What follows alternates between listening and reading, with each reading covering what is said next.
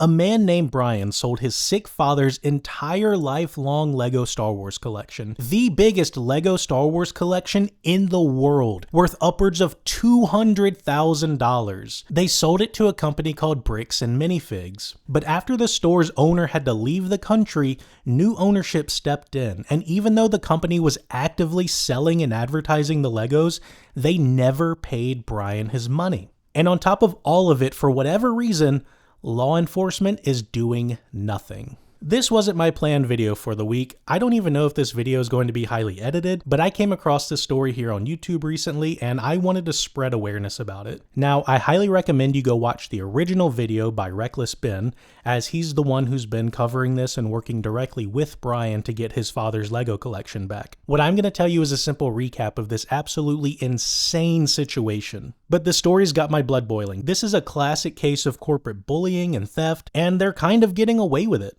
I'll link Reckless Ben's channel and the video in the description, but if you want a quick rundown, here's the tea. I'm going to be showing a couple of clips from Reckless Ben's video, but I want to be very selective here. I've noticed that Ben has had to blur more and more things out of his video even after posting it to YouTube, and that kind of tells me that Bricks and Minifigs isn't taking this lying down. They really don't like having to face the consequences of their actions here. And Bricks and Minifigs is not a small potato store. Many of you may have even heard of them. I mean, they have a location right up the road from where I live. In fact, they have over 300 locations across the US and Canada, and what they do is they buy used LEGO products to resell at their locations. And from what I understand, many people trust Bricks and Minifigs to give them a fair deal on their trade. When someone wants to sell their Legos, this is the place that pops into people's minds. Bricks and Minifigs is the standard. Well, maybe not anymore. So what exactly happened, Mickey? Well, the original owner who made the purchases of the Legos apparently had to leave the country due to her husband's work situation. This happened right after the deal had been made between them and Bryan, and the Legos had already been delivered to the store. So when the original owner called Bricks and Minifigs corporate, they seemed understanding of her situation and told her a new owner was getting lined up to take over that franchise location. But this is where everything went south. We were getting threats from Brandon and from corporate that if we didn't leave the store immediately, the police were going to be called. I told corporate I wasn't comfortable leaving that night without the inventory. I was also told I was not going to be able to stay there long enough to do that inventory. All the footage and evidence is there. In the security cam footage, it's him at the store kicking her out. In that footage they sent us is Crystal asking him, how am I supposed to pay this guy? These are sets he has not been paid for. These are ones that he has not been paid his percentage yet. And if I don't have the tickets, I won't know how much I need to pay him. That's a business thing and not necessarily yours. He's taking on the business, he takes on all that kind of side that his own corporation is sitting there on video saying they're going to take it. After this woman got kicked out of her own store, she called Bryan explaining how corporate just came down and is now trying to take the world's largest LEGO Star Wars collection without paying for it. Now, this is pure speculation, just old Mickey thinking out loud, but it sounds to me like corporate realized the fat payday they were sitting on, and maybe you're trying to take advantage of some legal loophole that they think they may or may not have. Like maybe legally the former owner owes this guy the money or something, I don't know. I'm just trying to wrap my head around why they think this is okay and how they're seemingly getting away with this. Even if that is the route they're taking, they're literally on video saying they're going to take over the account when they kicked the previous owner out. I really don't know. I can't tell you how this whole thing is going to end. I can tell you how I'd like it to end, but the fact of the matter is right now the seller Bryan has not been paid a dime, and all Bricks and Minifigs has done is essentially steal a life savings from a sick old man and his son. Like $200,000. That is life-changing money. This would be an outrage if it were $20, but $200,000. Like, who do they think they are? The audacity, man. So I wrote up a contract. In the contract, it says that these are still the family's LEGO sets, but every time one gets sold, the store gets to keep a small percentage of each sale. So how many Legos are we talking here, Mickey? Well, we already know it's $200,000 worth of Legos, but what does that actually look like? This was a store's worth of inventory. So that store that day was nothing but my dad's collection. Like, all the shelves filled. They had to bring in extra shelves and filled the whole party room with shelves. Well, apparently, it's the entire stock of inventory that store was carrying. Every shelf had this guy's Star Wars Lego sets on display. He was, in fact, 100% of the store's profit, at least for a day. And if you made it this far in the video and you think you're angry, well, let me tell you something.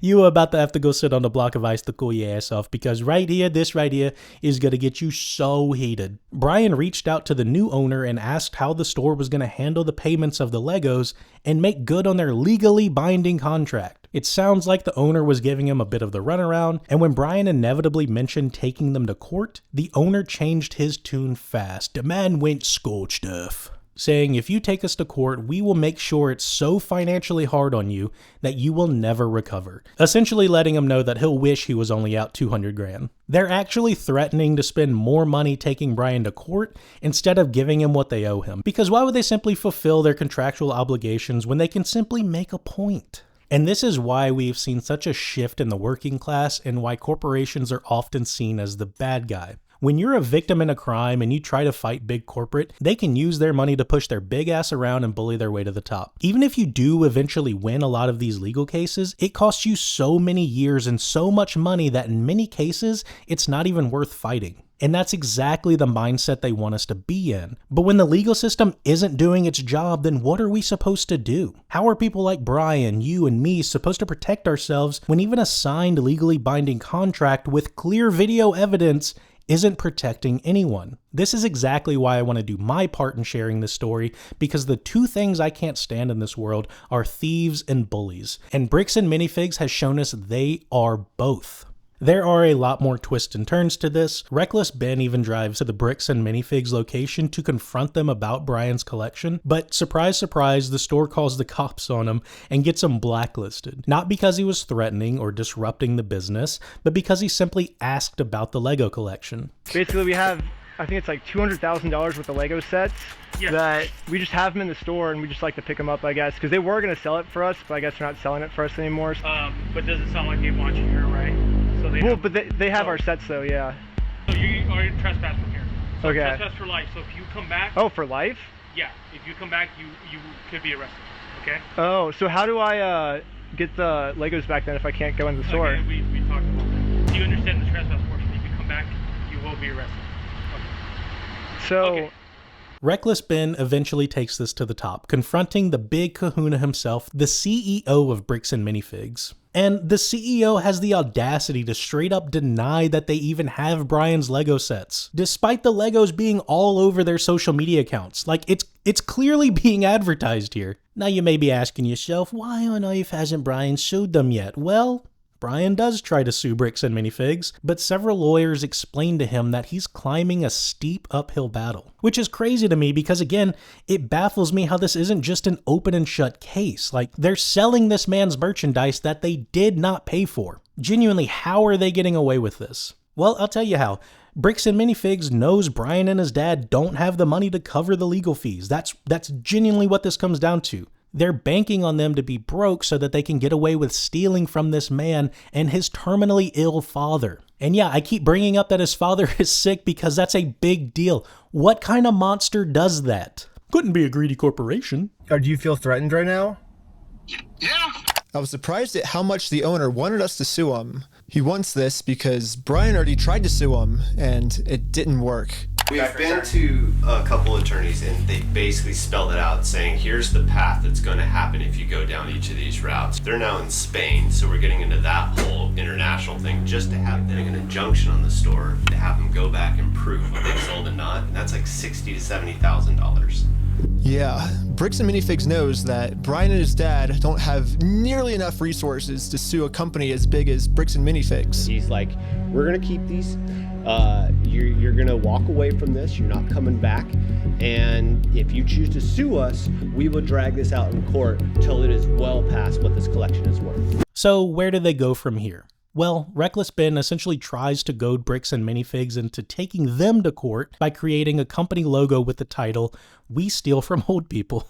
And they actually use Bricks and Minifigs on top of the company title. And they're claiming it's a tagline because they find a legal loophole that says that the tagline doesn't have to be below the title name. The plan really is to force Bricks and Minifigs to take them to court so Bryan can avoid a huge chunk of legal fees that they would initially have to pay up front and not lose all their money. I'm telling you, the story takes so many twists and turns. Ben even tries to rally the cops on their side against Bricks and Minifigs, and after stirring the pot a few too many times, Bricks and Minifigs actually demands an apology from Bryan himself. Like, dude, you stole life-changing money from this man and his sick father. Who do you think is the villain here? Bryan could literally take a crap on the store countertop, throw the owner a doggy bag, and tell him, "Hey, clean this up." And I'd still be on Bryan's side. I'd be like, "Yeah, dude, clean it up." Like, you are a monster. I can't stress that enough. These people are monsters. And the way it all ends is the most chicken way possible. It would actually be hilarious if it wasn't so freaking sad. Bryan ends up suing the store in small claims court, kind of what he should have done in the beginning, honestly. And Bryan actually wins. But the victory is short-lived because literally a day later, the very location that they're suing that has all of Bryan's valuable merchandise